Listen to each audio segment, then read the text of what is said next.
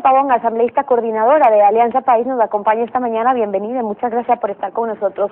Alianza País superó el número de las firmas válidas que requiere para poder lograr la personería jurídica y poder participar en las próximas elecciones del 2013. Pero este proceso de revisión del 100% de las firmas se hizo también con el fin de ver qué pasaba, dónde estaban las irregularidades y dónde quedó el tema de las firmas falsas. Entonces, de las 1.500.000 firmas que el presidente en un momento dijo que tenía Alianza País, ustedes han presentado con el CNE, entraron a la revisión de 1 millón, les validaron 800.000, ¿y qué pasó con todo ese resto de firmas? ¿Les dijeron si es que hay alguna irregularidad? Gracias, Stephanie, buenos días. Un saludo a todos los televidentes. Le agradezco la pregunta porque esto nos permite esclarecer algunos temas. Nosotros inicialmente entregamos 1,5 millones de registros, como usted señala acertadamente, pero de ese 1,5 millones de registros es importante establecer que 1.007.000 firmas son las que terminan entrando a validar. Esa es una primera aclaración. ¿Y qué pasó con el resto? ¿En dónde se quedan las otras? Se quedan en los registros en blanco. Recordemos que esta es un formulario de 8 firmas. Se contó por formulario y habían algunos espacios en blanco, 51.706 espacios en blancos. Había que excluir a los militares, a los policías y a los jueces que también firmaron nuestras hojas de registro, y eso, de acuerdo a la Constitución y a la ley, no es permitido. Habían algunos registros incompletos, este es de 133.547, que faltaba un número de cédula, que faltaba el nombre y el apellido, algunas irregularidades en ese sentido. Repetidos en otras organizaciones políticas que firmaron en País y firmaron en otras organizaciones, 36.939. Y también registros repetidos en Alianza País. Este es un dato de 30.868. Total de registros excluidos, entregados también por Poder Ciudadano, y tenemos 271.266. Las de Diego Borja. Las de Diego Borja. Si tú sumas eso, terminamos ya con firmas a ser calificadas 1.007.000 firmas. Es decir, que de esto, ya con repetidos en la misma organización política dentro del país, que es un dato alto. Mira, nosotros tenemos 78.418 personas que firmamos en distintos registros y que obviamente terminaron repetidas dentro de la organización política. Restas todo eso y la verificación de firmas del 100% se hace sobre 928.761. Porque esas fueron las últimas que presentaron, pero ya luego de todos los inconvenientes que se dieron del 1.500.000 que en un principio partieron. Ahora, de ese último porcentaje de firmas que no les validaron dentro del Consejo Nacional, y por eso yo insisto en la pregunta, se les está diciendo no son válidas porque no son válidas, o bajo qué argumentos, para ir también viendo qué pasa con el tema de la revisión de firmas, para ver el tema de las firmas falsas, que es lo que el país también quiere saber. Las firmas que no son válidas del Movimiento País, 101.949, por eso nosotros hemos insistido, es un 11% de firmas que no han sido validadas. ¿Y por qué si toman en cuenta desde el millón y no del 1.500.000? Exacto, sí es importante establecer este 11%, Stephanie, porque hay que diferenciar entre la actitud dolosa de querer establecer organizaciones de papel, pseudoorganizaciones políticas, falsificar firmas, entregar esas firmas al CNE y tener un margen de error como lo han tenido otras organizaciones. El presidente hablaba, si es que es el 2, 3%, 5% de un margen de error, pero estamos hablando también de Alianza País de un 11%. Entonces hay que ver hasta qué punto se lo debe considerar como un margen de error, o dónde debe entrar una investigación para ver si hay algo más. Y establecer claramente que ese margen de error es el que se mantiene en las organizaciones políticas. País tiene un margen de error del 11%, Sociedad Patriótica del 15%, Creo del 18.3% y Ruptura de los 25, el 24.2%. O sea, es decir, es un margen que se mantiene. Yo insisto, y creo que fue un discurso perverso el que quisieron levantar algunas organizaciones políticas, incluidas las que ahora están calificadas, metiendo en un discurso a todos los actores políticos, un discurso que perjudica la confianza de la gente en los políticos, Stephanie. Lo que pasa es que más que el discurso, las denuncias se presentaron contra todos los partidos políticos, incluido Alianza País. Entonces, por eso no es querer meterles a todos un mismo saco, sino ver que en las denuncias están metidos todos, pero ¿a qué sin excepciones, y por eso hay que investigarlos a todos. ¿A qué me refiero, Stephanie, con el mismo discurso y en el mismo saco? O sea, nadie puede negar que Sociedad Patriótica tiene estructura, a pesar de que tengamos diferencias ideológicas, tengamos una actuación distinta. el MPD yo creo que es un partido que existe. Pachacuti es un partido que existe y hay nuevas organizaciones como Ruptura que se acaba de calificar que existen, pero querer justificar otro tipo de organizaciones que no existen, Stephanie, que no tienen estructura, que quisieron al nivel empresarial contratar una consultora que te consiga firmas y te califique en el Consejo Nacional Electoral.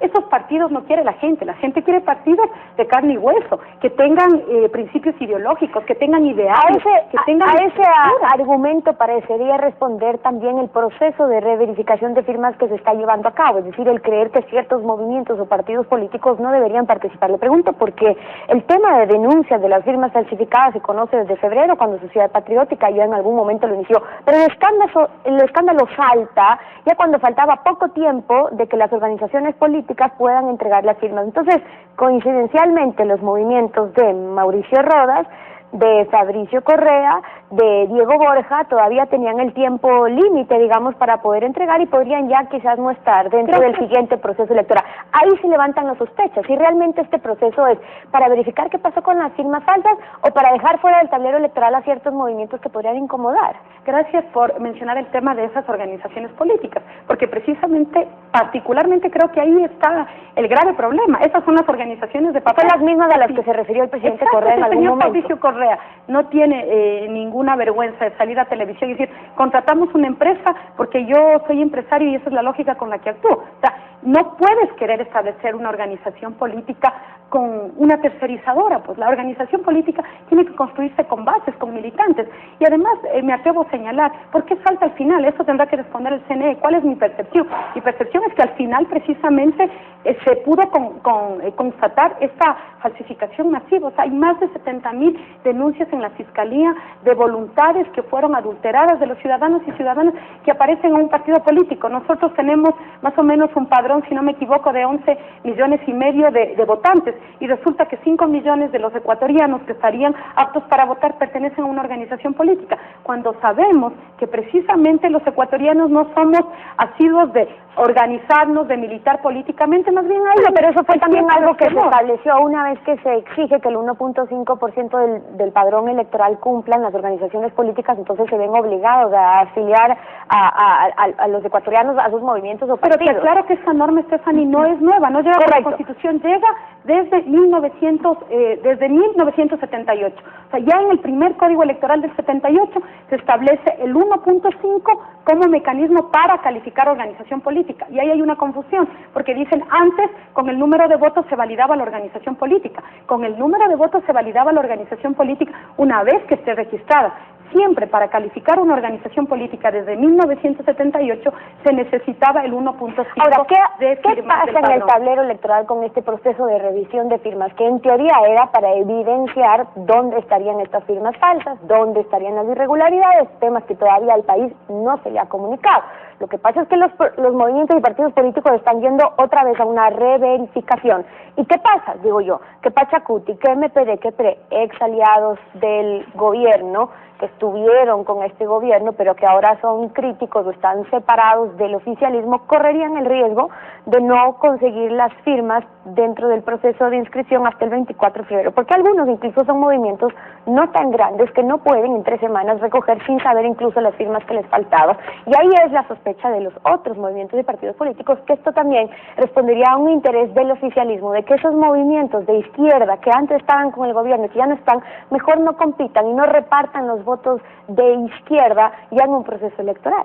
Mira, yo creo que el haber ampliado la fecha hasta el 24 de septiembre, recordemos que todos tuvimos hasta el 18 de junio, es decir, tuvimos las mismas reglas de juego para recolectar ese número de firmas. Se abre por el 100% hasta el 24, o sea, se les está ampliando la posibilidad de que ellos recolecten firmas, pero quiero decirte con firmeza nuestro argumento político. A nosotros no nos interesa dejar fuera por nadie.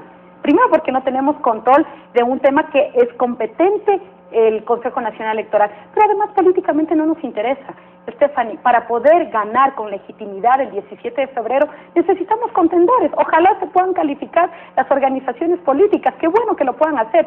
Mientras más organizaciones políticas existan, créeme que hasta por el método de distribución de escaños es conveniente. A nosotros no nos interesa ser partido único, no nos interesa llevarnos el membrete de que somos la única izquierda, porque eso me parece inaudito. Ahora se califica cuál es la verdadera izquierda y cuál no es la izquierda. Bueno, nosotros precisamente hacia allá, primero de una organización política. Tuvimos el número de firmas que podría haber permitido calificar 5 organizaciones. Sin duda eso no determina la intención del voto. Tenemos el 70% de aprobación de la gestión del presidente. Tenemos un 45% de intención del voto. Esas son realmente las razones. Pero esa distinción que hace usted, que se está discutiendo, vamos a elecciones, que se está discutiendo ahora, bueno, ¿cuál es la verdadera izquierda? Cuando el presidente menciona, y lo escuchábamos hace pocos momentos, quiénes podrían ser los siguientes precandidatos, y dice, bueno, pregúntenle a Guillermo Lazo, a Lucio Gutiérrez, a Álvaro Noboa, es decir, estos candidatos de una tendencia de derecha, pero no menciona o no contempla, por lo menos, a candidatos de izquierda. ¿Por qué? Porque eso sí podría dividir el voto del electorado de la izquierda, y de ahí la preocupación de estos movimientos, o de la Coordinadora Plurinacional, o MP de Pachacuti PRE, de poder realmente participar en las próximas elecciones, porque parecería no convenir tanto. Mire, nosotros, como les señalo, mientras más organizaciones políticas existan, mejor. Nosotros vamos validados al proceso del 17 de febrero, así que hay ninguna preocupación, más bien que ojalá puedan recolectar las firmas, que el plazo hasta el 24 de septiembre les permita no calificar una organización, sino todas las que les puedan servir para el proceso electoral. Porque creemos que la disputa de cara al proceso del 17 de febrero se ha venido construyendo con condiciones favorables para el país. Stephanie, nosotros nos sentimos satisfechos, o sea, qué mayor ejemplo que haber aumentado el 300% en inversión en educación, el 129% en salud, hemos reconstruido más de 49 hospitales a nivel nacional, hemos logrado recuperar el 80% de la renta petrolera. Creemos que es importante lo que se ha avanzado en vivienda, 200 millones en crédito hipotecario es lo que ha movilizado la economía del país. En pleno año de crisis mundial, la economía ecuatoriana creció al 7.8%. Estas son las bondades de este proceso que son reconocidas por la gente. En medio de este proceso de reverificación, para no desviarnos del tema, algunos movimientos y partidos políticos, 9 organizaciones, de hecho, presentaron una solicitud de medidas cautelares ante la Comisión Interamericana. ¿Por qué? Creen que no, luego de un proceso de reverificación, sin perjuicio de que sea para encontrar a los responsables penal y administrativamente de este proceso, no se pueda revocar la personería jurídica que ya se le fue otorgada en cierto momento, porque en el Código de la Democracia, en la ley, no está contemplado. Entonces creen que es necesaria una medida cautelar para que no se impida el funcionamiento de ciertos, la participación más bien de ciertos movimientos, sino que sea el pueblo quien finalmente en elecciones decida si sanciona, si corresponde o si vota por determinado movimiento o organización política. A ver, primero señalar que aquí hay un argumento muy fuerte de legitimidad, pero también está garantizada la legalidad. Recordemos que en un proceso electoral la máxima autoridad es el Consejo Nacional Electoral, por lo tanto la verificación del 100% tiene asidero legal. Pero el tema de la legitimidad es importantísimo, Stephanie. O sea, estas organizaciones falsas que falsificaron la firma de la gente, la firma del ciudadano que me está mirando, no solo que iban a calificar la organización, es que luego iban a presentar candidatos, y esos candidatos iban a ser los representantes de la ciudadanía. Imagínense que estas organizaciones de papel tengan asambleístas, tengan candidatos a la presidencia. O sea, aquí era necesario este baño de verdad.